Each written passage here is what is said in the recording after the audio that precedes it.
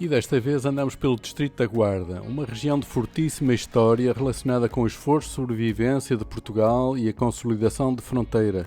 E dedico estes distritos do interior a todos aqueles que pensam que Portugal é apenas Lisboa e Porto e os pastéis de nata. E se pensa visitar o interior de Portugal, não se esqueça do nosso canal. Temos mais de 180 vídeos só do interior de Portugal e todos interpretados. Neste vídeo mostramos um remanescente de um antigo castelo medieval do início da nacionalidade. Fica em Moreira do Rei, uma antiga povoação com Pelourinho, poucos quilómetros a norte de Trancoso. Acredita-se que a primeira ocupação humana deste sítio remonta a um castro pré-histórico, posteriormente romanizado, ou seja, reaproveitado pelos romanos. Mais tarde, na primeira metade do século X, aqui teria havido um castelo pertencente ao Mosteiro de Guimarães, mas que ficou, junto com outros castelos da região, arrasado pelas forças de Almansor de Córdoba. As ruínas que vemos referem-se ao castelo medieval, construído no tempo de Dom Afonso Henriques, no século XII. Era um castelo românico de montanha, de defesa passiva, com dupla cintura de muralha. Após a disputa pelo poder entre Dom Afonso III e Dom Sancho II, Moreira acolheu o rei Dom Sancho II quando este ia a caminho do exílio em Toledo. Aqui decorreram as negociações nesse sentido. Infelizmente, o castelo perdeu a importância muito cedo, no século XIII, e os habitantes da aldeia foram reutilizando as suas pedras.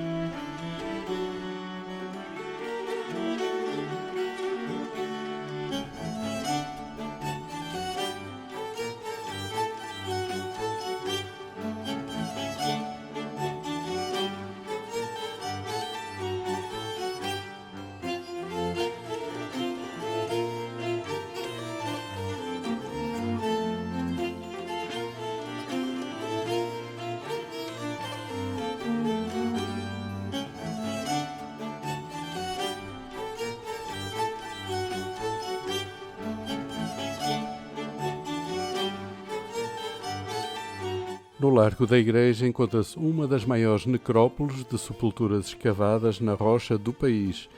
São cerca de 150 sepulturas orientadas segundo a norma canónica, com a cabeceira a poente. O pelourinho de gaiola é típico da região beirã e encontramos idênticos em Sernancelho e Pinhel, entre outros. Os pelourinhos simbolizam a liberdade municipal pelo poder judicial.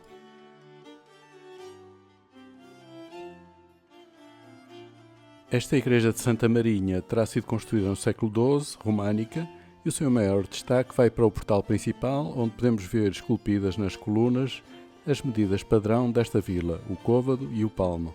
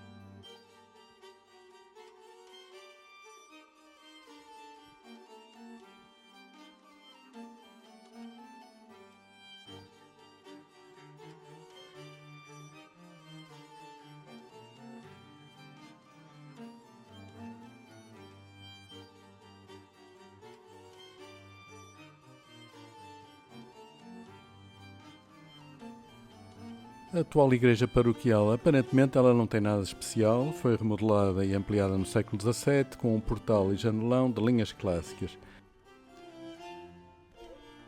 No entanto, na fachada lateral sul, vemos que ela manteve a típica cachorrada românica, que são estas cabeças salientes que apoiam o beiral da cobertura e que se repetem espaçadamente.